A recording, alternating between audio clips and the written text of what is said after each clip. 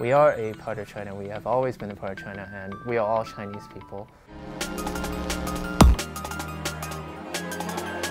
Hi everybody, welcome to a new episode of Smart Talk. I'm Stefano. Before starting our show, please remember to subscribe to our channel. Today we will discuss once again about self-identification issue in Hong Kong, and I'm very honored to have with me three guests. They are Keybros, young YouTubers. Hey guys, it's Keybros. And also we have Tom, a fresh graduate from HKU.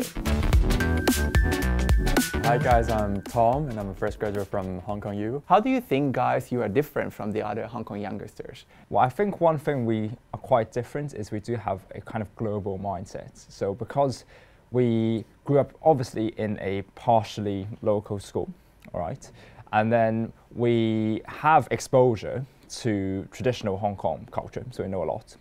But at the same time, we're also quite curious about the world. Like, we travel a lot, and we're now studying in the UK actually. So I think this actually opens many new doors for us. Does lead to exclusion from your Hong Kong peers? I think at times we would feel that we feel quite alienated from our peers, especially when we were back in our high school. Sometimes we would feel that we would think differently to our classmates. But I think that's actually fine because we take a more global approach. So for example, when we're in the UK, we don't just go and talk to Hong Kong people or Chinese people. We go and try to talk to Europeans, Americans. You don't have to constrain yourself to Hong Kong. And what is liberal studies in Hong Kong, and what is the pros and cons? So we studied liberal studies in junior high school. So we only studied it for 3 years because eventually we didn't follow the local curriculum. But the feeling that I gathered from those 3 years of study is that liberal studies in Hong Kong is very much focused on memorization. For example, in our school, the teacher simply gave us sheets, right? Yeah. Sheets of answers, and they'll say something like, just memorize these things and then recite them in the exam and you'll be fine. So I think in a way it would be more apt to say liberal studies in Hong Kong is actually illiberal because you're just listening to what the teacher has to say, and then you get basically brainwashed, and then you fail to be equipped with the necessary tools or resources. And to have a critical thinking. Right, exactly, yes. So Tom, you are originally from mainland China. Right. Which city? I'm from Foshan of Guangdong Province, Basan. Okay. And yeah, so I can also speak Cantonese. Okay, as well. perfect. Yeah. How do you understand your identity as an immigrant or global citizen in Hong Kong? Of course, I'm first a Chinese citizen, and then here I am a Hong Kong resident as well, but not a Hong Konger, because I think this suffix "er" kind of implies a meaning of some sense of belonging or attachment to this place, which I don't feel yet. For us, I'd say we embrace different identities. So if you ask if we're Hong Kong, yeah, why not? I mean, we do embrace this identity. But at the same time, we also have other identities as well. For example, yeah, we're ethnically Chinese. For me, because my family grew up in Wales, I also consider myself as partially Welsh. So I think the world now is so connected in many ways, and there's no need to confine yourself to like, I'm only this identity. Here's the way I see it. I think the term Hong Konger in itself, it's not exactly accurate, because I think whenever you pull out a label and say, oh, we are Hong Kongers and these are unique characteristics, you're actually alienating or excluding parts of the people in Hong Kong. Because, for example, you see the protesters when they say, well, Hong Kongyan, they are not all the Hong Kongers. They're basically excluding, for example, the Caucasians who grew up here, or the mainland immigrants who were born, or second-generation mainland immigrants who were born and raised here, who also consider themselves rightfully as Hong Kongers. I was kind of curious, like, how did you guys develop some sort of national sense identity? I won't label us as like super patriotic or whatever, but I think one thing is like we would talk to people like from mainland China, from Hong Kong, like everywhere basically. And I think by actually talking to people, by actually going to different places like in the mainland, it kind of removes the stereotypes. Like at the beginning, my perception of the mainland is very different from now after I've been there many times. And I think I feel a lot more proud to be Chinese. I'm not saying he doesn't feel proud, but maybe I feel prouder to a larger extent, because I've always been very much interested in Chinese culture and Chinese history. And growing up, my grandpa used to teach me That upbringing helped foster the sense of belonging toward China. What do you think, guys, of the relationship between the mainland Chinese students and the local students in Hong Kong? I think one major problem with Hong Kong youngsters, and again, I don't want to generalize, but the interesting thing I've observed in London is Hong Kong people tend to stick with Hong Kong people, hang out with Hong Kong people. Mainland students in Hong Kong are actually quite similar to what you say. We also stick to our own circles, and we kind of like, we didn't want to like go out of the circles and to make acquaintances with the local people. We believe that local people always have some kind of misunderstanding or an image that is being stigmatized by the other sources. But also I would like to share like some of like my story, some local people that they look down on some people, especially from mainland. Because last year when there was the protest, actually I was just talking to one of my friends. She's from Guangzhou. She found like kind of like good job in a local company, and everything was going fine. She was having a very good relationship also with her colleagues because she was speaking like fluent in Cantonese. And also they thought that she was basically from Hong Kong until like a certain moment because she needed to go to Japan. And then she started to ask to one of her colleagues, do you know how to apply for a Japanese visa because I need to go to Japan? Then these colleagues were like, no, actually, yeah, you don't need like to apply for a Japanese visa, right? Because you are from Hong Kong. And then she was like, no, can you tell me like how to apply for Japanese visa? And then like one of the colleagues asked this question, okay, which passport do you have? And then she said, oh, I have a mainland Chinese passport. After she gave that reply, the colleagues were like, okay. And then she told me that they started to treat her very differently. Basically, they barely like talked to her, like they were just like talking to her like about just some work stuff. You know what? I think that there is no a big difference, right, between like mainland Chinese people and Hong Kong people, because also Hong Kong is part of China. And I see like a much more difference between, for example, Hong Kong and UK. I mean, in that situation, I really see like let's say a big difference. It's kind of like a tribalistic human nature thing where we always want to identify with the in-group and then we want to exclude other people so that we will feel better about ourselves. Yeah. And I don't think that's healthy. Ultimately, if you really think about it, especially people from Guangdong, our grandparents are from Guangdong. Like, how, in what ways are we really different from those who immigrated here just like 20 or 30 years after us? Yeah, one thing I'd like to add, because Stefano, you said, if people can actually go outside of Hong Kong, they'll realize that the way they see us here is really no different from the mainland.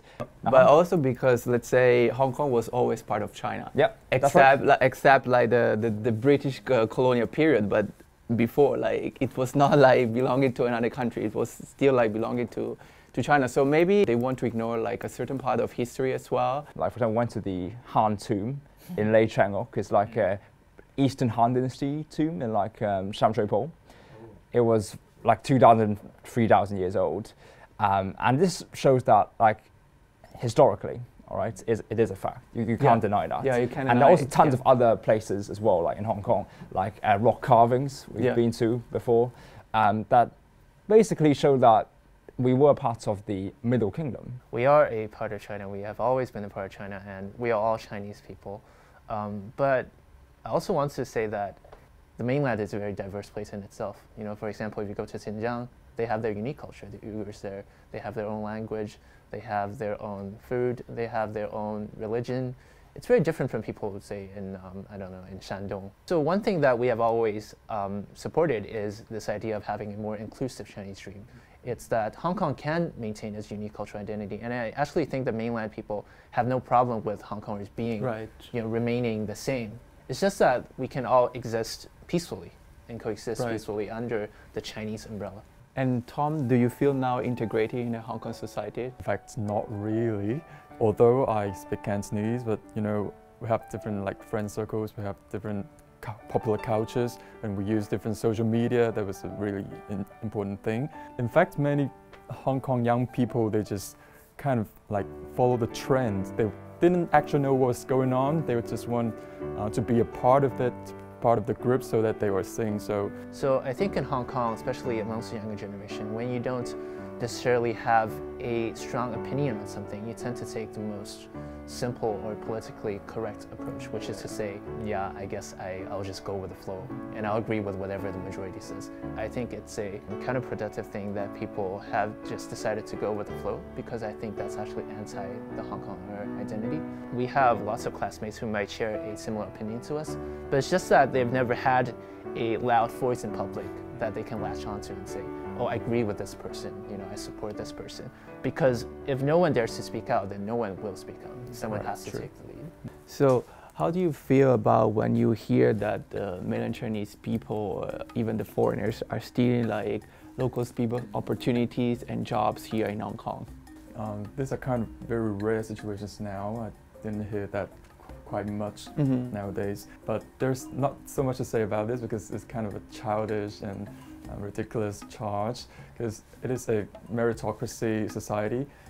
If you are excellent enough to get your opportunities, you won't find excuse for your failures. People often look at Hong Kong as a self-contained society where we can only find opportunities or jobs here. But I would encourage Hong Kong youngsters, and we always keep an open mind in this regard.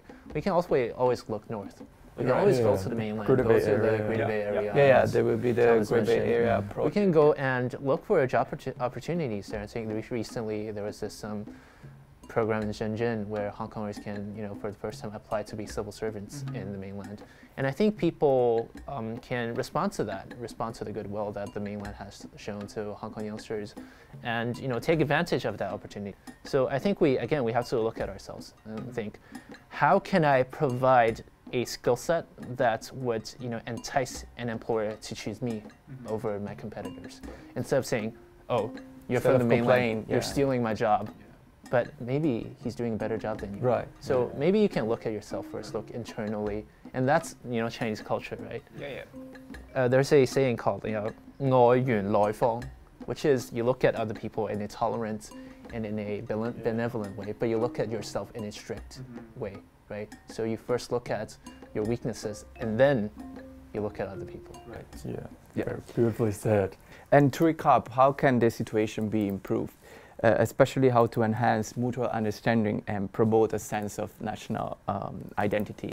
I would just put it very simply: talk more, travel more. First of all, we have to make people realize that mainland has no intention to make Hong Kong another Chinese city, because the mainland has a lot of Chinese cities, which in many regards are better than Hong Kong. Hong Kong has this unique position in the Chinese nation. It's just that we have to maximize our competitive advantage. Another thing I want to touch on is Hong Kongers have to educate themselves more. One bad thing about the curriculum is because it goes in a chronological order. And for the first 2 years in 7th grade and 8th grade, you don't really understand what's exactly going on.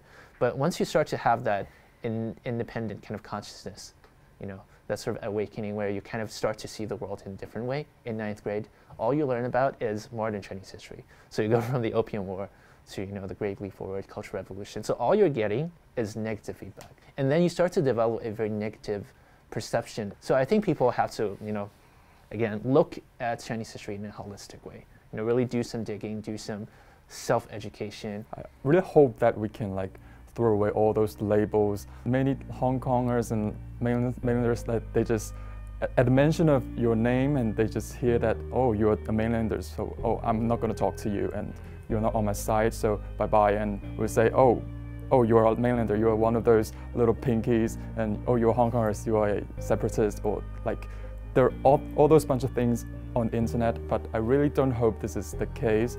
I think we're first human beings with flesh and blood, with our unique characteristics and our experiences before we're other things. So this is the end of our show.